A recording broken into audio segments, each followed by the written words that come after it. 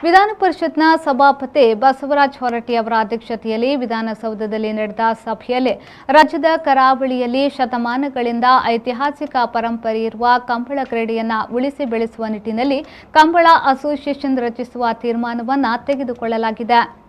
March ತಿಂಗಳಲ್ಲಿ ನಡೆದ budget ಅಧಿವೇಶನದಲ್ಲಿ ವಿಧಾನ ಪರಿಷತ್ ಸದಸ್ಯರಾದ ಮಂಜುನಾಥ್ ಭಂಡಾರಿ ಹಾಗೂ ಇತರ ಸದಸ್ಯರು ಈ ವಿಷಯವನ್ನು ಪ್ರಸ್ತಾಪಿಸಿದ ಹಿನ್ನೆಲೆಯಲ್ಲಿ ಸಭಾಪತಿಯವರ ಅಧ್ಯಕ್ಷತೆಯಲ್ಲಿ ಸಭೆ ಕರೆಯಲಾಗಿತ್ತು. ಕಂಬಳ ಕ್ರೀಡೆಯನ್ನ ಹೆಚ್ಚು ಸಂಘಟಿತವಾಗಿ ಮತ್ತು ಪರಿಣಾಮಕಾರಿಯಾಗಿ ಆಯೋಜಿಸಲು ರಾಜ್ಯ ಮಟ್ಟದ ಕಂಬಳ ಅಸೋಸಿಯೇಷನ್ ರಚಿಸಬೇಕು. ಇದಕ್ಕೆ ಕ್ರೀಡಾ ಇಲಾಖೆಯ ಅನುಮೋದನೆ, ರಾಜ್ಯ ಸರ್ಕಾರದಿಂದ ಅನುದಾನ ಪಡೆಯಬೇಕು. ಬಳಿಕ ಎಲ್ಲಾ ಜಿಲ್ಲಾ ಮತ್ತು ಸ್ಥಳೀಯ ಕಂಬಳ ಸಮಿತಿಗಳನ್ನು ರಾಜ್ಯ ಮಟ್ಟದ ಅಸೋಸಿಯೇಷನ್ನಲ್ಲಿ ನೋಂದಾಯಿಸಿ ಪ್ರತ್ಯೇಕ ಬೈಲಾ ರಚಿಸಿ ಸ್ಥಳೀಯ ಕಂಬಳ ಸಮಿತಿಗಳಿಗೆ ಹಣ ಬಿಡುಗಡೆ ಮಾಡಬೇಕು ಎಂದು ಸಭೆಯಲ್ಲಿ ತೀರ್ಮಾನಿಸಲಾಯಿತು.